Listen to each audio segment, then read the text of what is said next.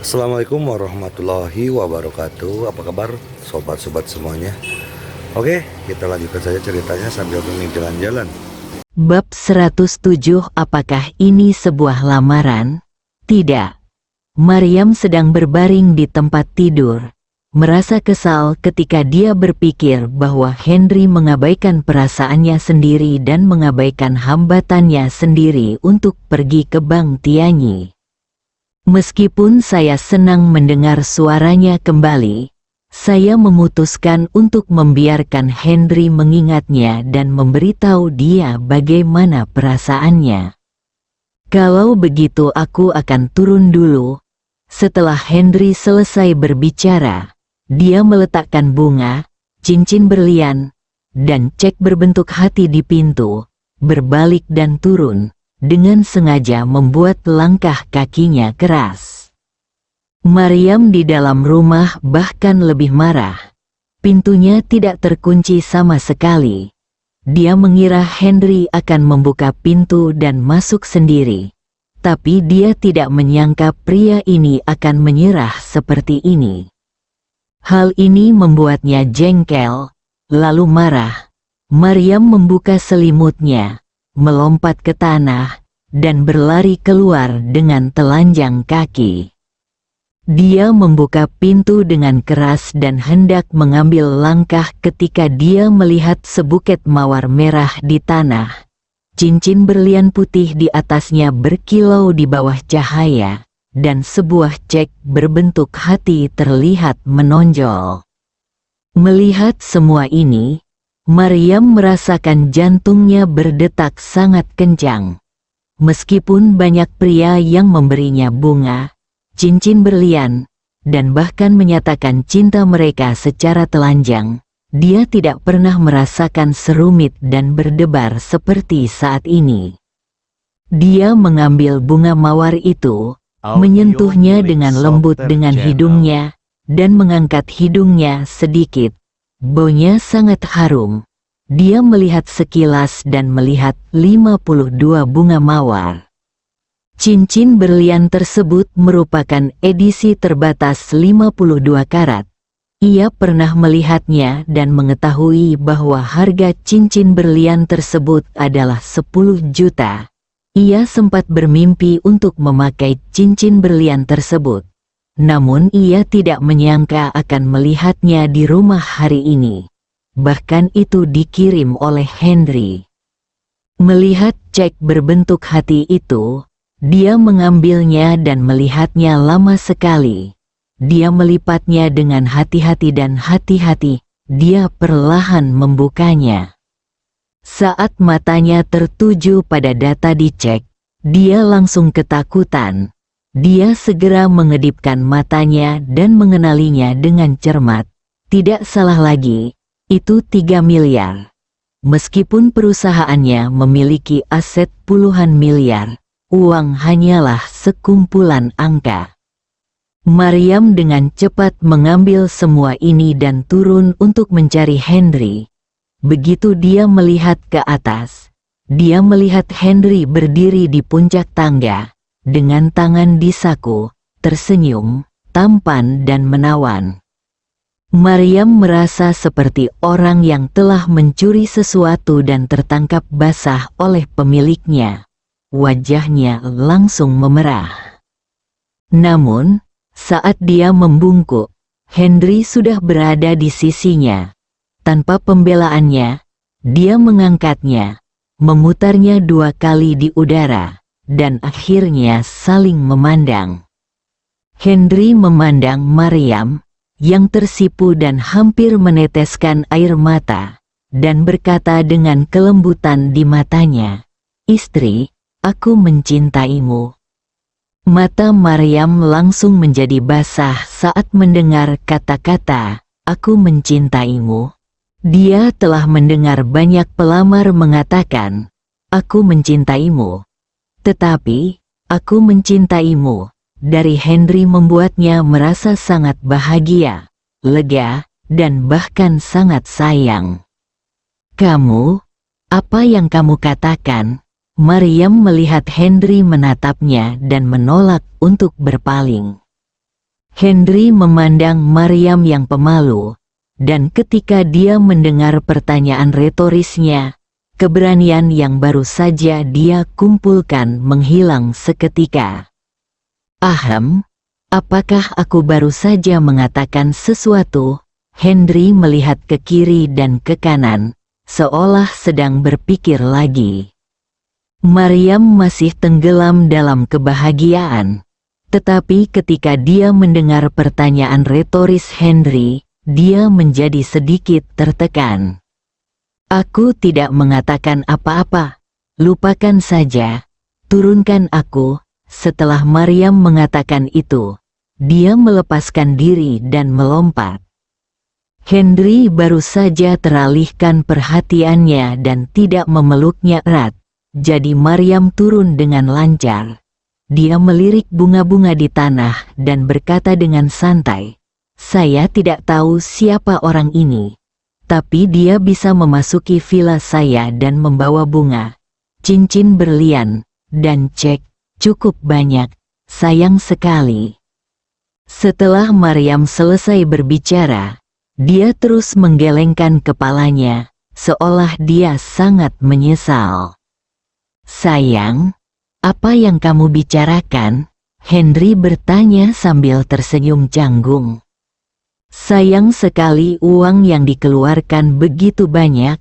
Jika kita mengeluarkan 100 juta dan mengadakan konferensi pers untuk mempublikasikan bahwa kita ingin memilih wanita cantik untuk menjadi istri kita, diperkirakan ribuan orang akan antre untuk melamar calon. Ini pasti akan lebih baik daripada acara besar ketika kaisar memilih selirnya. Ini akan menjadi lebih meriah," kata Maryam sambil nyaris tidak menahan tawanya, tetapi wajahnya sudah penuh dengan ejekan. "Itu benar. Namun, ada tipe pria di dunia ini yang tampan dan berbakat. Dia bisa tertarik pada wanita cantik sesuka hati. Tapi wanita yang bisa menarik pria seperti itu pasti jarang. Jika kamu tidak menyayanginya, kamu mungkin akan merindukannya dalam sekejap mata." Setelah Henry mengatakan ini, dia merasa sedikit bersalah. Bagaimana reaksi istrinya? "Cih, kamu bahkan tidak bisa memiliki pria seperti itu. Bukankah dia magnet bagi lebah dan kupu-kupu? Jika kamu bertanya padaku, langsung saja kebiri dia. Lebih baik singkirkan dia. Terakhir kali dia ingin menyingkirkannya dengan gunting." Akan mengebiri Henry, wajahnya tidak bisa tidak memerah. "Ahem." Henry hampir tidak bisa bernapas.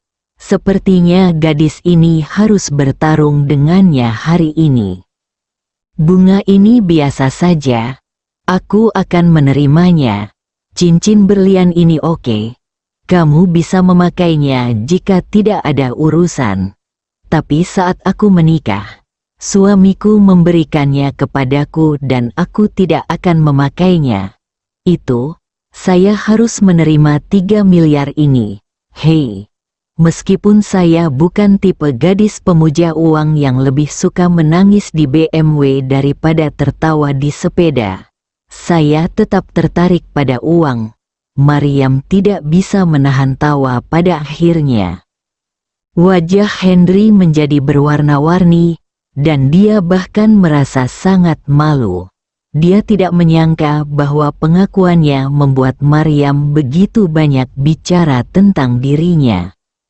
"Apakah kamu punya hal lain?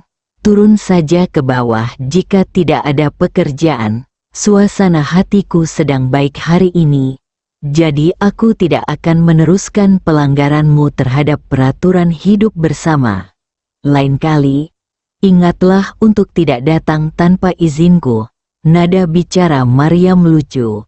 Ini membuat Henry merasa lebih malu. "Lalu, apa? Aku akan turun."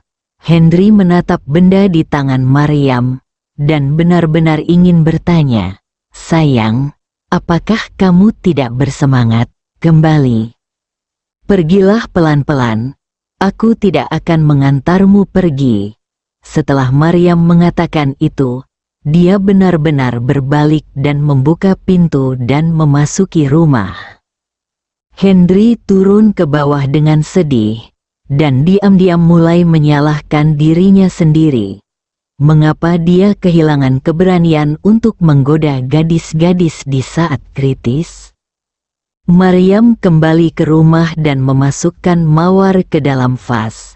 Semakin dia melihatnya, semakin dia menyukainya. Ia mengeluarkan cincin berlian itu, menaruhnya di tangannya, melihatnya lama sekali, dan akhirnya memutuskan untuk tidak melepasnya lagi. Namun, ketika dia mengambil cek 3 miliar itu, hatinya masih tenang. Terutama ketika dia melihat Bang Tianyi tertulis di sana. Memikirkan kemarahan dan tekad Henry ketika dia pergi ke sana. Dia ingin tahu apa yang terjadi bahwa bajingan ini menolak untuk menerima lamaran tersebut, yang membuatnya menahan keinginannya untuk bertanya. Di tengah kegembiraan di hati saya, selalu ada kegelisahan tentang cek ini. Bab 108 Balas Dendam Dingin.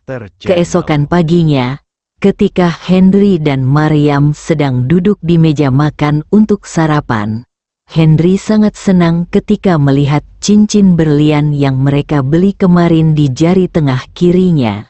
Cocok dengan jari-jarinya yang cantik dan cerah, bahkan terlihat lebih mulia dan anggun. Hari baru telah dimulai, dan Maryam tampaknya telah keluar dari emosi rumit kemarin. Hari ini saya akan mengumumkan bahwa Anda akan menjadi asisten saya, sehingga akan lebih mudah bagi saya untuk menangani banyak hal. Oh, oke. Mata Henry terus tertuju pada cincin berlian, dan dia menjawab dengan lebih mekanis. Melihat jawabannya yang ceroboh, Maryam sedikit tidak puas dan mendengus dingin. Henry masih pergi ke perusahaan dengan mobil, turun dari mobil terlebih dahulu dan berjalan ke perusahaan. Karena Maryam mengatakan bahwa dia akan menjadi asisten ketua hanya setelah pengumuman tersebut, Henry kembali ke kantor Guo Warner. Dari lubuk hatinya, dia lebih suka bersama Guo Warner di perusahaan.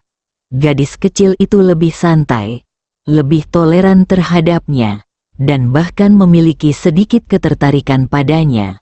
Gadis kecil ini akan dengan mudah dijatuhkan. Namun, Henry tidak pernah memiliki pemikiran jahat tentang Guo Warner ini. Dia hanya merasa menyukainya. Henry masuk ke kantor sambil berpikir liar. Ketika Guo Warner melihat Henry, matanya langsung menunjukkan keterkejutan. Dia berdiri dan berlari ke depan. Namun, setelah mengambil 2 langkah, wajahnya memerah dan dia berhenti. Henry belum kembali ke kantor selama 7 hari, dan saya sangat merindukannya. Memikirkan kemenangan besarnya kemarin, saya merasa lebih bahagia untuknya. Warner, apakah kamu tidak senang aku kembali? Henry baru saja memperhatikan perilaku Guo Warner dan bertanya sambil tersenyum. Saya sangat senang, kata Guo Warner lembut sambil tersenyum. Kalau begitu datanglah dan mari kita berpelukan. Setelah Henry selesai berbicara, dia membuka tangannya.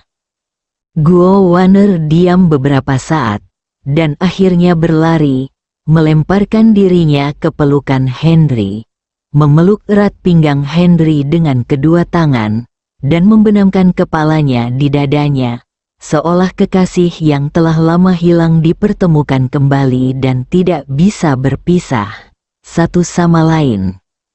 Henry juga tersentuh oleh reaksi Guo Warner.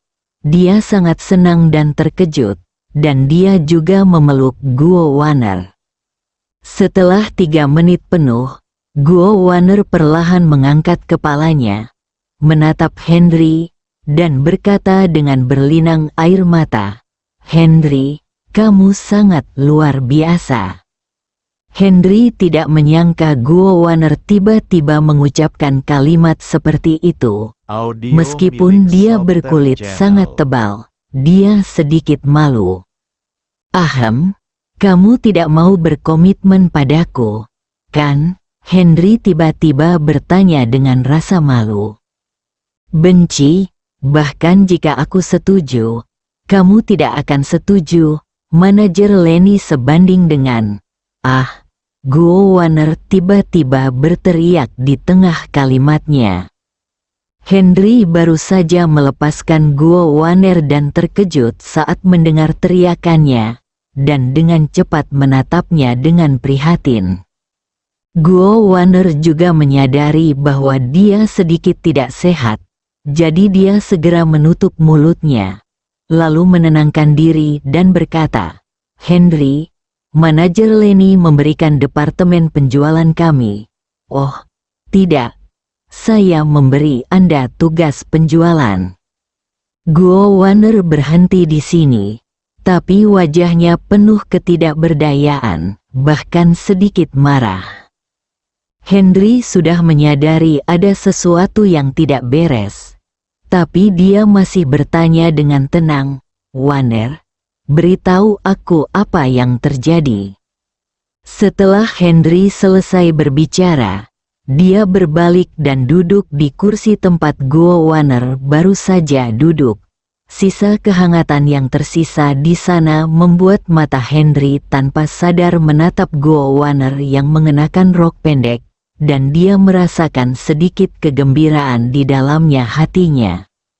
Manajer Lenny berkata bahwa Anda adalah bakat langka yang harus Anda fokuskan untuk dikembangkan. Sebagai ujian, Anda diharuskan menjual semua obat yang ada di perusahaan dalam waktu 7 hari. "Apa?" Pantat Henry masih panas. Jadi dia tiba-tiba berdiri dan menyela kata-kata Guo Wanner. Guo Wanner sepertinya mengira Henry akan bereaksi keras, dan senyuman pahit muncul di matanya. "Cih, dia kedinginan dan ini adalah balas dendam publik. Saya tidak akan pernah menerimanya." Henry marah dan diintimidasi oleh seorang wanita.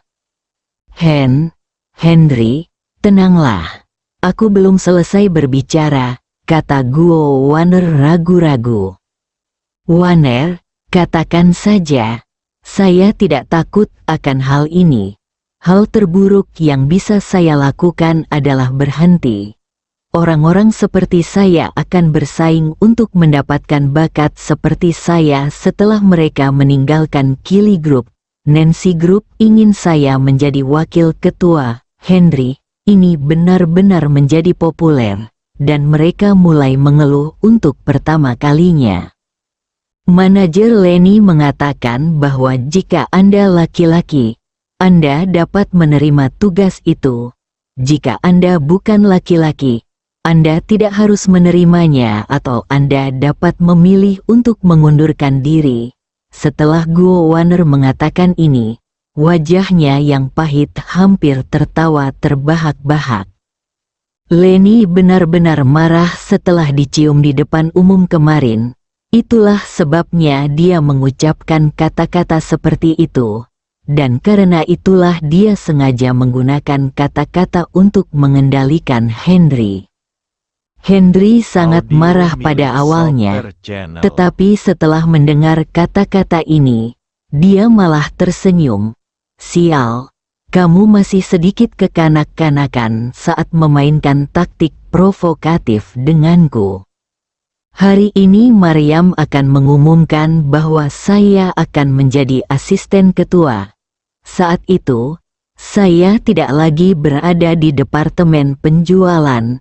Jika Anda pergi, misinya secara alami tidak akan efektif." Memikirkan hal ini, wajah Henry menunjukkan kebanggaan. Namun, Henry tidak bisa memberitahu Guo Waner tentang hal ini. Tapi dia tidak tahan dengan nada bicara Leni. Jadi dia memutuskan untuk pergi ke Leni untuk menyelesaikan masalah secara pribadi. Henry berdiri dan berjalan keluar pintu. Guo Waner ingin mengejarnya karena alasan yang tidak diketahui. Tetapi Henry berbalik dan menghentikannya. Henry datang ke kantor Leni, mengangkat tangannya dan mengetuk pintu 3 kali dengan suara keras. Para karyawan yang lewat melihat Henry dan ingin bercanda dengan pahlawan kemarin. Tetapi melihat wajahnya yang dingin, Henry mengetuk pintu dengan keras. Sehingga aku menundukkan kepalaku dan menghindarinya. Memikirkan dalam benakku apakah mereka berdua bertengkar karena ciuman kemarin.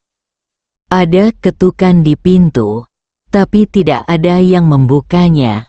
Henry membuka pintu dan masuk. Tidak ada orang di dalam.